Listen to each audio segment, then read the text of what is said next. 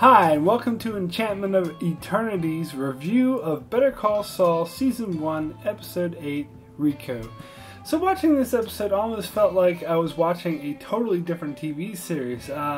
This felt more like I was watching The Practice or LA Law rather than Better Call Saul.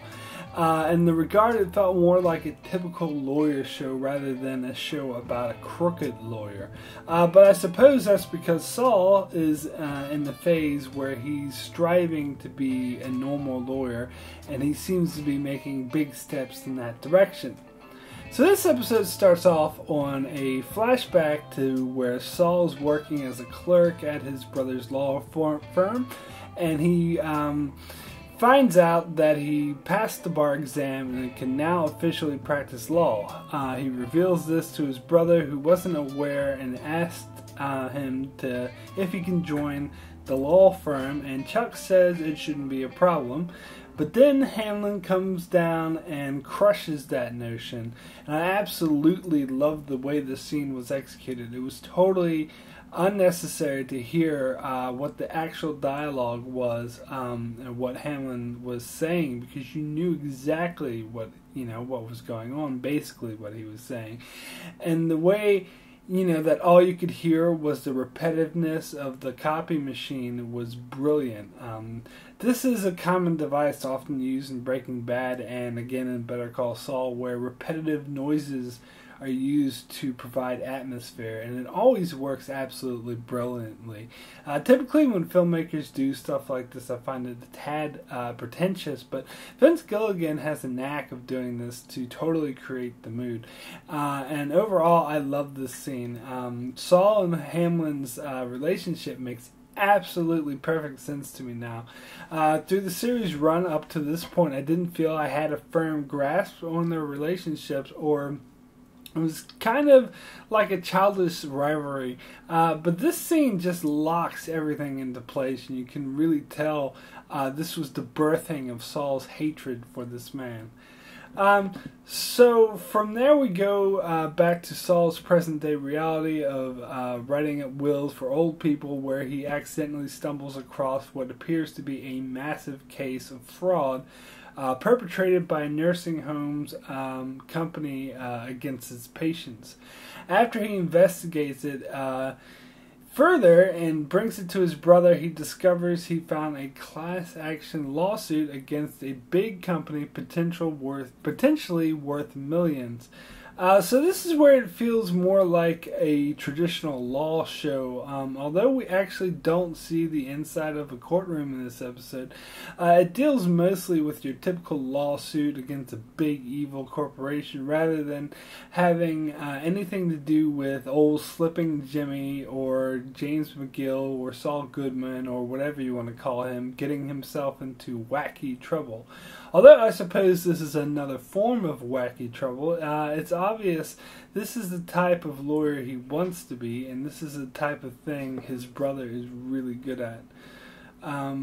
First off, I really love the scene where he wrote out a legal paper in the bathroom on a cardboard piece and a roll of toilet paper. That was really awesome, and such a typical Gilligan thing to do. It was also funny how the lawyer for the nursery homes remarks about how he should use 2-ply toilet paper next time. But the thing of note here is that we as the audience are really pulling for Saul to succeed, because indeed he is in the right, where typically he's not in the right. We just want him to succeed because we like him. So knowing where he'll end up gives me doubts that he will succeed, because something's going to happen to lead him to become this sleazy lawyer he becomes, and right now he's pretty legit.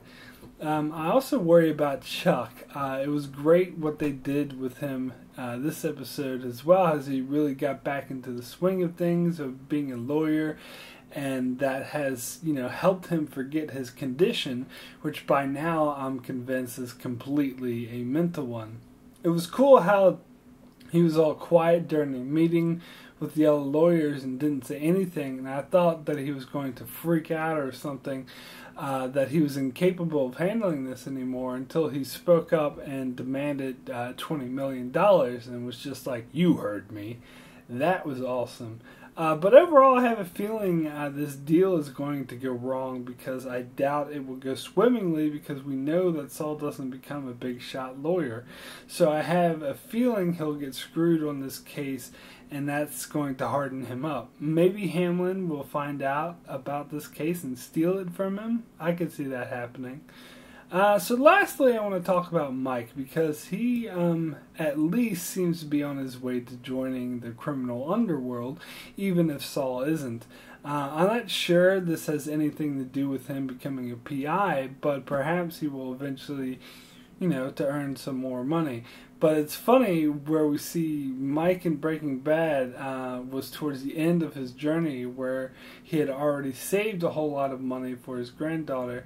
Here we see the beginning of it, and that's what will drive him to get involved in illegal activity in the first place, so I can't wait to see that happen. I'm also eager to see what will happen with the class action lawsuit, as there are only 2 episodes left this season, so I hope they really pay it off.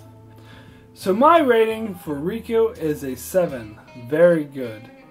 As I said, kind of an odd episode that almost felt like a different series, and one that was moderately slow, but it did keep my interest the whole time, and it's got me really intrigued on several fronts. Had a lot of nice moments with Saul riding in the toilet, or digging through the dumpster, or confronting the lawyers. I'm just really eager to see where they'll take this from here. So that's it for my review of Rico. You should check out my channel for other reviews of Better Call Saul, and make sure you subscribe to keep up with the future reviews I'll be doing. And thanks a lot for watching.